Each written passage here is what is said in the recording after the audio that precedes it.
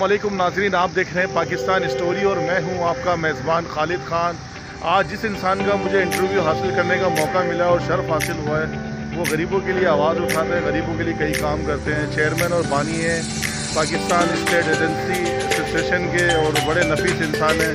तो मैंने सोचा क्यों ना आप लोगों के लिए उनका इंटरव्यू किया जाए और उनकी बात और उनका जो जिसे कहते हैं कि पैगाम है वो आप तक पहुँचाया जाए। तो उनके इंटरव्यू आपको ले चलता हूँ दिखाने के लिए, उनकी बातें सुनवाता हूँ। अगर वीडियो पसंद आ जाए तो चैनल को लाइक कर दीजिएगा, शेयर कर दीजिएगा, सब्सक्राइब कर दीजिएगा और अपना ख्याल रखिएगा इस अपने अपन के साथ कि आप बहुत अच्छे और हमारे चैनल का हिस्सा है। बहुत शुक्रिया। अस्सलाम वालेकुम। आए मेरे पास और अल्हम्दुलिल्लाह आज मैं अपना मौक़िफ़ बयान कर रहा हूँ। तो ये बहुत इम्पोर्टेंट है कि हुकूमत सिंध जो है वो इस वक्त तशवीश इस मनसूखी का नोटिफिकेशन वजाहत के साथ दिया जाए कि और अलॉटीज़ को टाइम दिया जाए। अगर आपकी रियल इस्टेट एजेंट एसोसिएशन है, इसको भी बड़ा वहाँ बिजनेस के हवाले से नुकसानात और मुश्किलात का सामना है, तो उस पर आपका क्या? केसर टाउन के अंदर जो है वो ओवरसीज़ पाकिस्तानियों की भी कसीर पाकिस्तान में, ताकि पाकिस्तान खुशहाल हो। रियल इस्टेट सेक्टर 72 सनतों को चला रहा है, जिसके अंदर जो है वो सीमेंट कनेक्शन आने वाला रियल इस्टेट का जो शोबा वो इस वक्त तबाही से दो चार है। तो ये हुकूमत वक्त इस वक्त इस खास तौर पे जो है इस सेक्टर को तवज्जो दे, लाखों लोगों का रोज़गार जो है वो वापस। बुनियादी मुतालबा है MDA से और हुकूमत सिंध से, वो ये है कि जो आपने फराई बुनियादों पर कुरानदाजी करके सिंध के अवाम को, कराची के अवाम को जो प्लॉट दिए थे, उन प्लॉट से कब्जा हो रहा है, उन प्लॉट्स को वागुजार करवाए। पाकिस्तान स्टोरी और उनकी पूरी टीम का बहुत मशहूर और शुक्रगुजार हूँ, जिन्होंने इस अहम मसले के ऊपर मुफ्त नाचीज़ को टाइम दिया और इस मसले को अपने प्लेटफॉर्म से एक चीज़ थोड़ा सा यूटिलाइज कर दीजिएगा, तो आप बहुत अच्छा बोल रहे हैं, अंदाज़े बयां आपको गुफ्तगू को एक लाउड जैसे चाहिए तो वो, क्योंकि पाकिस्तान की सतह में ये वीडियो अल्हम्दुलिल्लाह आपकी चली जाएगी। तो कोई आप बता दीजिएगा कि कराची के अंदर हमारा ये सिलसिला। जी बिल्कुल, एक और जुल्म का पहाड़ मरी डेवलपिंग अथॉरिटी की इंतज़ामिया और आला अफसरान की तरफ से किया गया है, और ये इस वक्त जो है वो बड़ा कठिन मरहला है कि जो MDA के अलॉटीज़ हैं सेक्टर 63 कॉटेज इंडस्ट्री के 2007 में जिनको बैलेट करके दिया गया था, उनको 31 दिसंबर की डेडलाइन दी गई थी कि जी 31 दिसंबर तक अपने तमाम वाजिबात अदा कर दें वरना प्लॉट कैंसिल कर दिया जाएगा। आप मुझे बताएं, MDA ने वहाँ कोई डेवलपिंग वर्क नहीं किया आज तक, वहाँ जो है वो तरक्याती काम नहीं किए। ये MDA की जिम्मेदारी थी कि वो वहाँ डेवलपिंग वर्क करते और तमाम बुनियादी सहूलियात वहाँ पहुँचाते। उसके बाद अगर वहाँ अलॉटीज़ जो है अपने ड्यूज़ क्लियर नहीं करते, अभी तक तो MDA ने लम्हा फिक्रिया अलॉटमेंट नहीं दिया उसका, अभी तक प्लॉट प्रॉपर जो है वो अलॉटीज़ को अलॉट नहीं किया। अलॉटमेंट ऑर्डर का मतलब ये होता है कि ऑफिशियली जो है वो अलॉटमेंट ऑर्डर किया जाता है इदारे की तरफ से। जब अलॉटमेंट का इजरा अभी तक नहीं हुआ, अलॉटमेंट नहीं दिया, उसका ट्रांसफ़र ओपन नहीं है, तो किस कानून के तहत जो है वो MDA इन अलॉटीज़ के प्लॉट जो है वो मनसूख कर सकते हैं। तो ये भी मैं जो है वो ख़ास तौर पर इस वक्त जो है वो हमारा आपका चैनल पाकिस्तान स्टोरी के हवाले से मैं चाहूँगा कि आप इस इशू को भी हाईलाइट करें, और मैं पाकिस्तान स्टोरी चैनल को भी जो है वो शुक्रगुजार हूँ कि ये मसले के लिए जो है उन्होंने मुझे आज आए मेरे पास और अल्हम्दुलिल्लाह आज मैं अपना मौक़िफ़ बयान कर रहा हूँ। तो ये बहुत इम्पॉर्टेंट है कि हुकूमत सिंध जो है वो इस वक्त तशवीश पाई जाती है सेक्टर 63 कॉटेज इंडस्ट्री के अलॉटीज़ के अंदर कि जो उन्होंने इस वक्त नोटिफिकेशन जारी किया है प्लॉट की मनसूखी का। तो मैं हुकूमत सिंध से पुरज़ोर मुतालबा करूँगा कि इस मनसूखी का नोटिफिकेशन वजाहत के साथ दिया जाए कि और अलॉटीज़ को टाइम दिया जाए। अगर और दूसरी चीज़, इसका फौरी तौर पर अलॉटमेंट ऑर्डर का इजरा किया जाए और जो इस वक्त मुतासरीन हैं उनको दोबारा से जो है वो टाइम दिया जाए ताकि लोग जो है वो आसानी के साथ अपने वाजिबात अदा कर सकें। जिस वक्त जो सेक्टर में कब्जा माफिया सरगर्म है और मुख्तलिफ एक सेक्टर में तो टोटल उन्होंने कब्जा कर लिया है, तो वहाँ पर जो आपकी रियल इस्टेट एजेंट एसोसिएशन है, इसको भी बड़ा वहाँ बिजनेस के हवाले से नुकसानात और मुश्किलात का सामना है, तो उस पर आपका क्या? जी बिल्कुल, 63 टाउन के अंदर जो है वो ओवरसीज़ पाकिस्तानियों की भी कसीर इन्वेस्टमेंट है।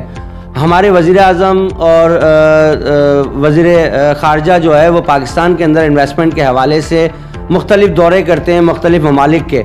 जब हमारे ओवरसीज़ इन्वेस्टर पाकिस्तान में इन्वेस्टमेंट करते हैं और ख़ास तौर पर रियल इस्टेट सेक्टर में इन्वेस्टमेंट करते हैं, उनका एतमाद भी मजरू हो रहा है। और दीगर जो हम इन्वेस्टर्स को दावत देते हैं मुख्तलिफ़ शोबों के अंदर आएँ, इन्वेस्टमेंट करें पाकिस्तान में, ताकि पाकिस्तान खुशहाल हो। रियल इस्टेट सेक्टर 72 सनतों को चला रहा है, जिसके अंदर जो है वो सीमेंट का शोबा है, आपका सैनिटरी का शोबा है, आपका इलेक्ट्रिक का शोबा है और दीगर शोबे जो है 72 सनतों को चलाने वाला रियल इस्टेट का जो शोबा वो इस वक्त तबाही से दो चार है। तो ये हुकूमत वक्त इस वक्त इस ख़ास तौर पे जो है इस सेक्टर को तवज्जो दे। लाखों लोगों का रोज़गार जो है वो वाबस्ता है। इस वक्त अगर जो है वो अलॉटीज़ के साथ साथ इस्टेट एजेंट्स की भी इन्वेस्टमेंट है, उन्होंने अपने क्लाइंट्स को भी इन्वेस्टमेंट कराई हुई है। और अगर यही सिलसिला जारी सारी रहता है कि लैंड ग्रैपर्स जो है वो ज़मीनों पे कब्ज़े करते हैं, और वो भी वो ज़मीनें जो हुकूमत सिंध ने अलॉट की हैं। हुकूमत सिंध की ज़िम्मेदारी है उनकी हिफाजत करना, इसलिए कि ये प्रोजेक्ट हुकूमत सिंध का है और हुकूमत सिंध के डोमेन में जो है वो MDA मली डेवलपिंग अथॉरिटी आती है।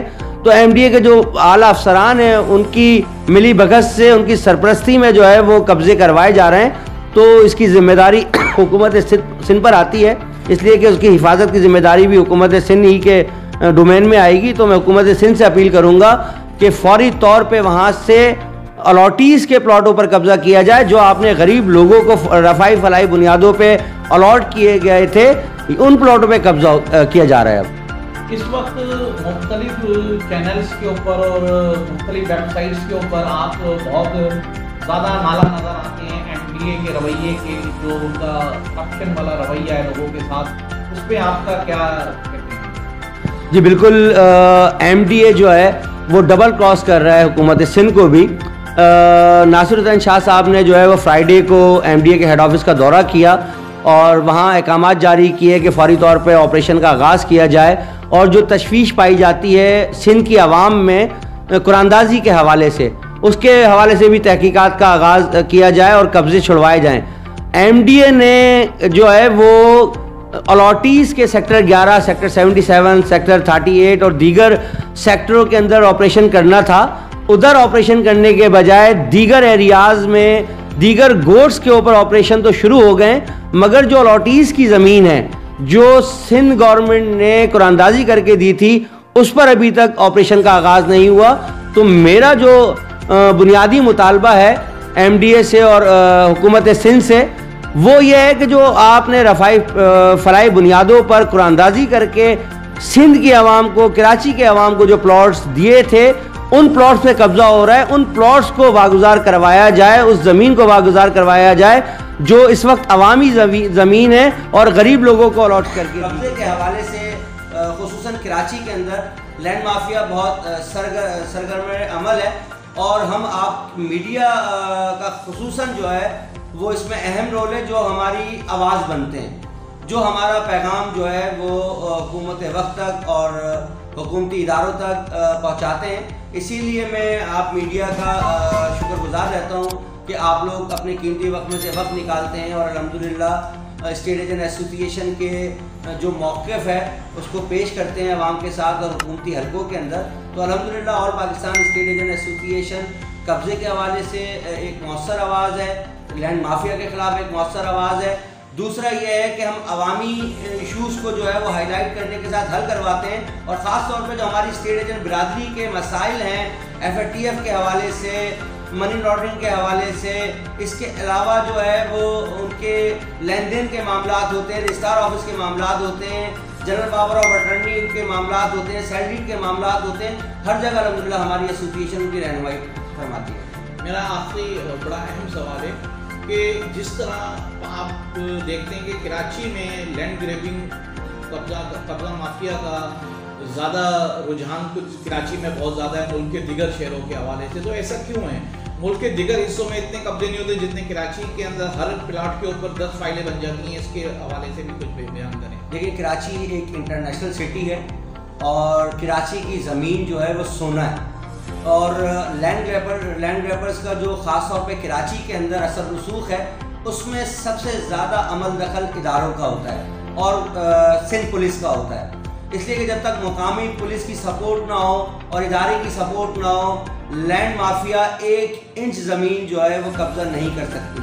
कराची के अंदर बड़ी आसानी से जो है वो पुलिस की सरपरस्ती हासिल हो जाती है और जो KDA, LDA, MDA और जो KMC के डोमेन में ज़मीन आती है तो इदारे के जो आला अफसरान हैं वो उनको सपोर्ट करते हैं, इसलिए कि उस ज़मीन की जो आमदनी का जो एक बेहतरीन हिस्सा होता है, जो एक बड़ा हिस्सा होता है, वो इदारे के अफसरान